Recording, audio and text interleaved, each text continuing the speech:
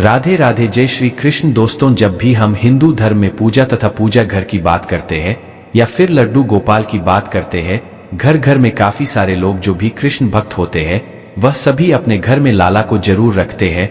हर घर के मंदिर में प्राय लड्डू गोपाल देखने को मिलते हैं, पर कुछ लोग भगवान को स्थापित करने के नियम का पालन करते धीरे धीरे बाद में नियमों को अनदेखा कर देते हैं। यह अगर आपके घर पर लड्डू गोपाल है तो इसके अलावा रोजाना के कामों में भी कुछ नियमों का पालन करना आपका धर्म बनता है। आज मैं आपको बताऊंगा कि किस प्रकार से आप अगर घर में अपने लड्डू गोपाल रखते हैं तो आपको एक छोटी सी भूल नहीं करनी चाहिए, वरना आपकी सारी सेवा बेकार हो जाती है। एकदम सच्ची बात है। उन करोड़ों कृष्ण भक्तों द्वारा जो अक्सर अपने जीवन में लड्डू गोपाल की नटखट शरारतों के प्रत्यक्ष अनुभव और दर्शनों का महान सौभाग्य पाते हैं, जैसे कोई छोटा सा मासूम बच्चा हो और आप उसको पीट दे, लेकिन फिर थोड़ी देर बाद आप उसे प्यार से बुलाए तो वह आपकी मां को भूलकर आपके पास खिलखिलाते हुए चला आता है। उसी तरह से कोई बड़ा से बड़ा पापी भी अगर अच्छा इंसान बनना चाहता है तो वह भी प्रेम से अगर लड्डू गोपाल को बार बार बुलाए तो लड्डू गोपाल ठुमक ठुमक करके हंसते हुए उसके पास पहुंच जाते हैं। हमारे शास्त्रों में लाड लड़ाने की बड़ी महिमा बताई गई है।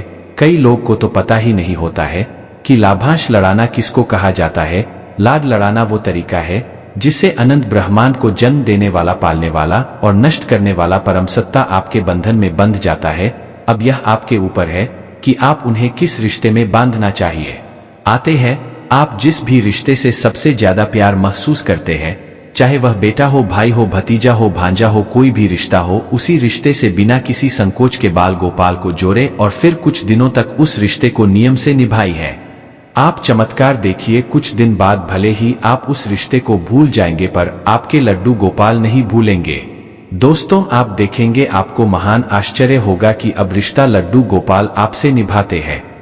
दोस्तों, मैं जानता हूं सुनने में थोड़ा सा अजीब लगेगा और लाड लड़ाने में बस यही गहरी मानसिकता होती है कि लड्डू गोपाल से हमारे आपसे जो भी रिश्ता आपने जोड़ा है, मन ही मन अंदर ही अंदर आप वो रिश्ता निभाते रहे। और मन में अगर भावना करने में दिक्कत आ रही है तो आप चाहे तो कोई भी मूर्ति या किसी भी तस्वीर का सहारा ले सकते हैं।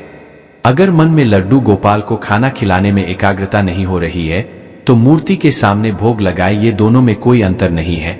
इस प्रेम की सच्ची गाथा आपको एक छोटी सी बताता हूं, आपको सुनकर बहुत ही आश्चर्य होगा। एक बार की बात है, दो बूढ़ी औरतें थीं, दो वृद्ध स्त्रियां थीं, पास पास पड़ोस में थी और उन दोनों में बहुत ज्यादा दोस्ती थी। उन दोनों का संसार में कोई नहीं था, इसलिए एक दूसरे का हमेशा साथ देती थी, एक दूसरे का हाथ बटाती थी। एक स्त्री उसमें से हिंदू थी और एक जानी थी। जो हिंदू थी उसने अपने घर में लड्डू गोपाल को विराजमान किया हुआ था और हर दिन बड़े प्रेम से लड्डू गोपाल की सेवा करती थी, उनको स्नान कराती, धुले कपड़े पहनाती, दूध फल आदि भोग अर्पित करती। यह उसका नियम था। वह स्त्री लड्डू गोपाल के भोजन का विशेष ध्यान रखती थी। सर्दी हो, गर्मी हो, बरसात हो, हर समय हर मौसम के हिसाब से लड्डू गोपाल को खाने की चीजें, नए वस्त्र, खिलौने आदि बाहर जाती तो भी लेकर आती थी। लड्डू गोपाल से उनके मन में बहुत ज्यादा प्रेम था और हर समय सेवा भाव में लगी रहती। दोस्तों, एक बार हिंदू वृद्धा 1 महीने के लिए तीर्थ यात्रा पर जा रही थी। दूसरी स्त्री को भी उन्होंने ने के लिए बोला, किंतु वह अधिक वृद्धि थी इसलिए उन्होंने मना कर दिया। अब कुछ दिन बाद वो हिंदू वृद्धा तीर्थ यात्रा के लिए निकल गई। उसके जाने के पहले उस पहली वाली हिंदू स्त्री ने उनको लड्डू गोपाल की सारी सेवा समझाई और पूछा कि आप लड्डू गोपाल की सेवा कर लोगे क्या? जैन स्त्री ने यह बोल दिया और शुरू से बहुत उत्साहित थी कि उसको लड्डू गोपाल की सेवा का अवसर प्राप्त किया। उस दिन उसने बड़े प्रेम से लड्डू गोपाल की सेवा की, भोजन कराने से लेकर रात तक के शयन तक सभी कार्य पूर्ण श्रद्धा के साथ किए और जैसे जैसे बताया था हिंदू स्त्री ने वैसे वैसे उन्होंने किया और वह अपने घर शयन के लिए चली गई। जब अगले दिन वह लौटी लड्डू गोपाल की सेवा के लिए तो उसने लड्डू गोपाल को स्नान कराने की तैयारी की और जब लड्डू गोपाल को स्नान कराने लगी तो उसने देखा कि लड्डू गोपाल के पाँव पीछे की ओर मुड़े हुए हैं। उसने पहले कभी लड्डू गोपाल के पाँव नहीं देखे थे, जब भी देखा था उनको वस्त्रों में देखा था। दोस्तों, अब वह यह नहीं जानती थी कि लड्डू गोपाल के पाँव है ही ऐसे घुटनों के बल बैठे हुए लड्डू गोपाल के पाँव पीछे की ओर देखकर वह डर गई। सोचने लगी, यह मेरे लड्डू गोपाल को क्या हो गया, इनके पाँव कैसे बढ़ गए? उसने उस हिंदू वृद्धा से सुन रखा था कि लड्डू गोपाल जीवंत होते हैं। उसने मन में विचार किया कि मैं इन पैरों की मालिश करूंगी, हो सकता है इनके पाम ठीक हो जाए। बस फिर क्या था, भक्ति भाव में डूबकर वह भोली भाली जैन वृद्धा महिला ने लड्डू गोपाल के पैरों की मालिश शुरू कर दी। इसके बाद वह नियम से रोज 5 बार उनके पैर की मालिश करने लगी और उस भोली भाली वृद्धा की भक्ति देखकर के प्रेम देखकर कि ठाकुर जी का हृदय द्रवित हो उठा। भक्तवत्सल भगवान ने अपनी करुणा अपना प्रेम उस वृद्धा पर उड़ेल दिया और एक दिन प्रातः उज्जैन वृद्धा ने देखा कि लड्डू गोपाल के पांव ठीक हो गए हैं, वो सीधे खड़े हो गए। यह देखकर वह बहुत खुश हुई और दूसरी स्त्री के आने की प्रतीक्षा करने लगी। कुछ दिन बाद जब दूसरी वाली स्त्री जो हिंदू स्त्री थी वह आकर के लड्डू गोपाल के उसने दर्शन किए तो डर गई और रोना शुरू कर दिया, अचंभित हो गई और पूछा कि मेरे लड्डू गोपाल कहाँ गए। यह सुनकर जैन स्त्री ने उनको सारी बात बताई और यह बात सुनकर के वह वृद्ध स्त्री सन्न रह गई और उनको लेकर के अपने घर गई। वहां जाकर उसने देखा कि लड्डू गोपाल मुस्कुरा रहे थे। गोपाल के चरणों में गिर पड़ी, बोली, हे गोपाल, आपकी लीला निराली है।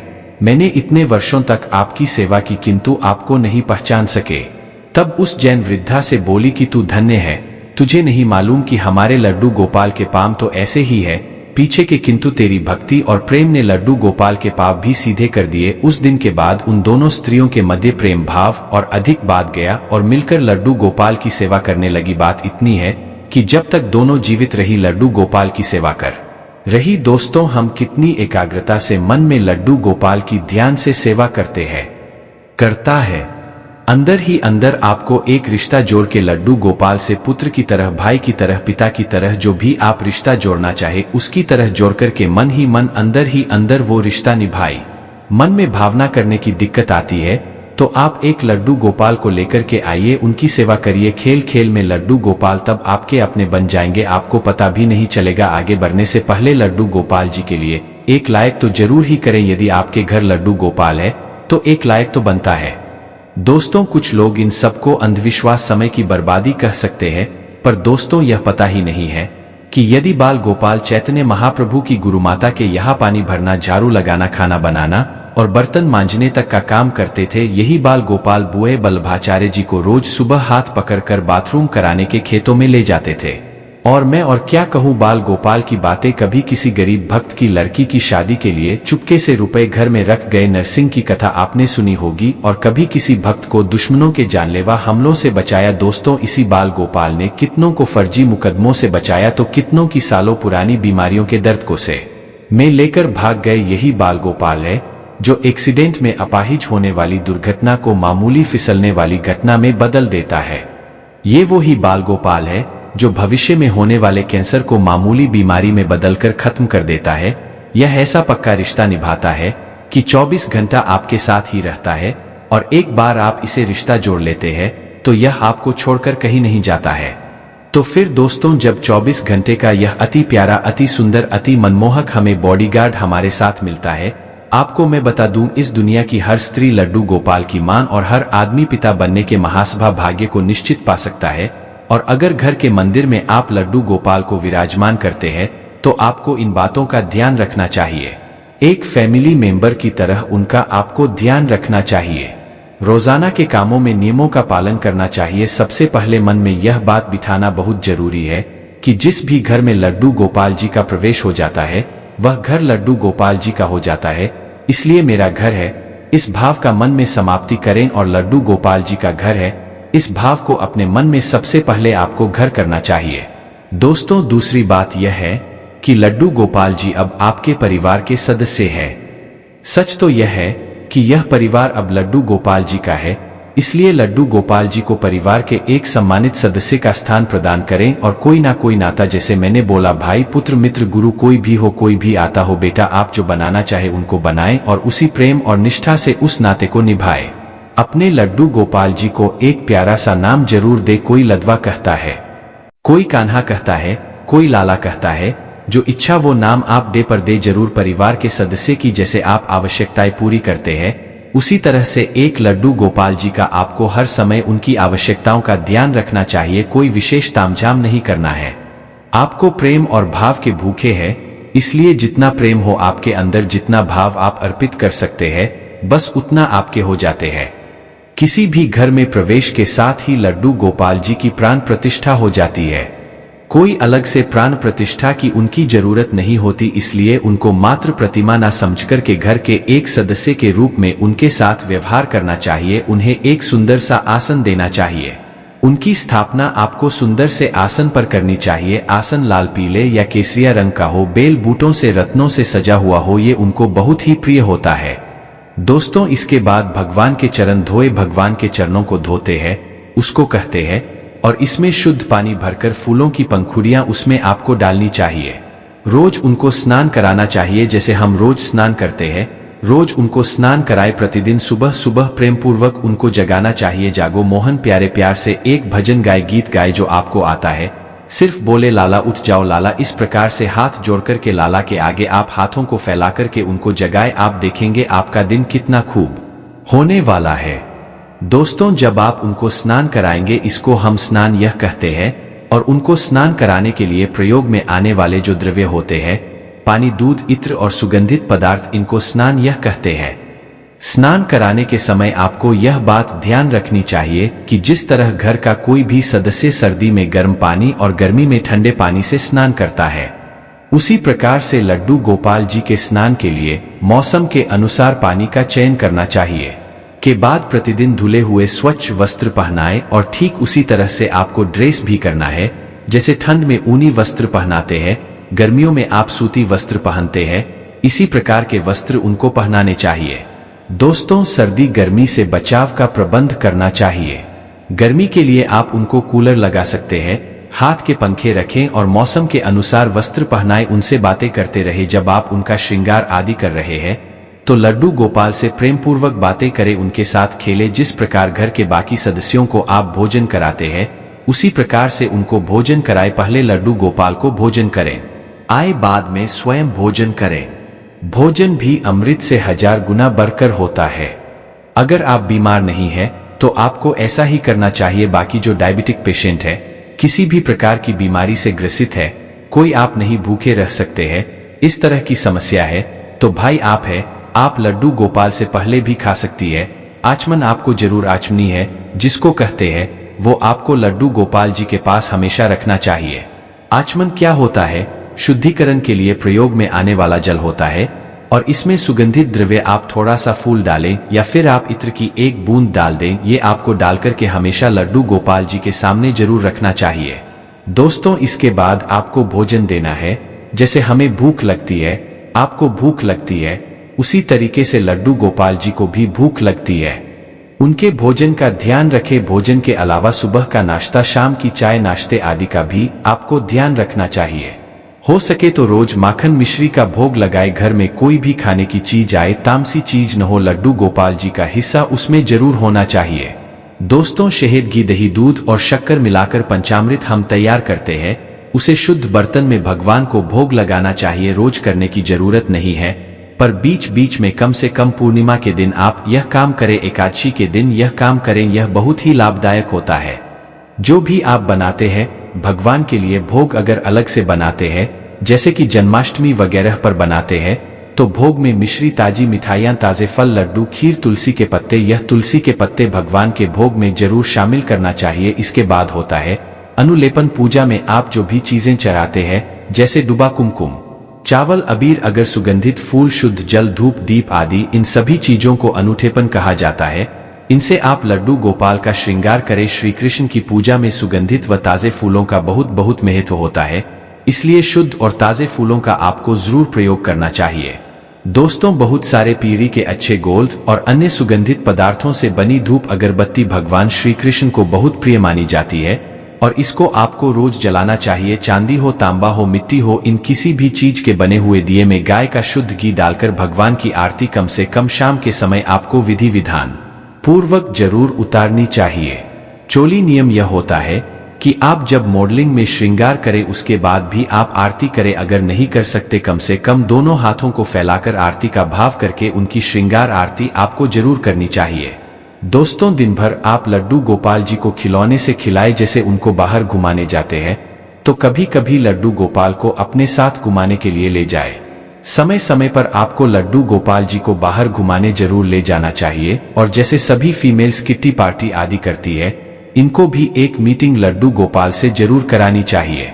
हर दिन रात में दिन भर लड्डू गोपाल थक जाते हैं तो इनको सुलाना जरूर चाहिए। लड्डू गोपाल जी को शयन जरूर कराना चाहिए। काट ले उस पर मुलायम सतर्क किया गद्दी, चादर या रजाई जो भी मौसम के अनुसार जरूरत हो उनके ओढ़ने बिछाने की ठीक से व्यवस्था करनी चाहिए। जिस प्रकार आप एक छोटे बालक को प्रेम से सुलाते हैं उसी प्रकार से उनको भी सुलझाना चाहिए। उनको थपथपाए, उनको लोरी सुना है। दोस्तों, और हर जन्माष्टमी पर लड्डू गोपाल जी की पूजा धूमधाम से होती है। यह तो उनका बर्थडे होता है, लेकिन आप जिस दिन उनको घर लेकर के आए हैं, अगर वह डेट आपने लिखी हुई है या वह आपको पता है कि जिस दिन लड्डू गोपाल जी ने आपके घर में प्रवेश किया था, तो उस तिथि को लड्डू गोपाल जी के जन्मदिन के रूप में मनाकर, जैसे बच्चे का जन्मदिन मनाते हैं, हर साल इस तिथि को उनका जन्मदिन मनाएं। दोस्तों, बच्चों को घर पर बुलाए, लड्डू गोपाल जी के साथ जन्मदिन मनाए, झूला झुलाया, बच्चों को खिलौने बांटे और भी जो भी आप करना चाहते हैं वह करें। जो भी आप अपने बच्चों के लिए अपनी श्रद्धानुसार करते हैं, यदि इन बातों का ध्यान दिया जाए तो आप देखेंगे लड्डू गोपाल जी बहुत जल्दी आपके घर में आपके मेंबर की तरह हो जाते हैं और आपके, जैसे मैंने बताया, कि बॉडीगार्ड बन जाते हैं। आपके ऊपर कोई विपदा, कोई मुसीबत आपको छू भी नहीं सकती। दोस्तों, ध्यान रखें, उनके पास हमेशा उनकी बांसुरी जरूर धनी चाहिए। उनके पास हो सके तो मोर का पंख, उनको जो पाद पहनते हैं यानी उनको जो मुकुट चढ़ाते हैं उसमें आपको मोर का पंख जरूर ठहराना चाहिए। श्रीमद् भागवत गीता एक उनके पास हमेशा रखनी चाहिए, उसकी पूजा करनी चाहिए। और इस बात का ध्यान रखें कि जिस कमरे में लड्डू गोपाल विराजमान हो, जहां उनका मंदिर हो, वह कमरा कभी भी बंद नहीं किया जाता। इसलिए उस कमरे को या जो भी है उनका जो मंदिर है उसको कभी भी आपको बंद नहीं करना चाहिए। दोस्तों, अगर आप किसी काम से बाहर जा रहे हैं तो आपको घबराना नहीं है कि लड्डू गोपाल घर पर बैठे हैं।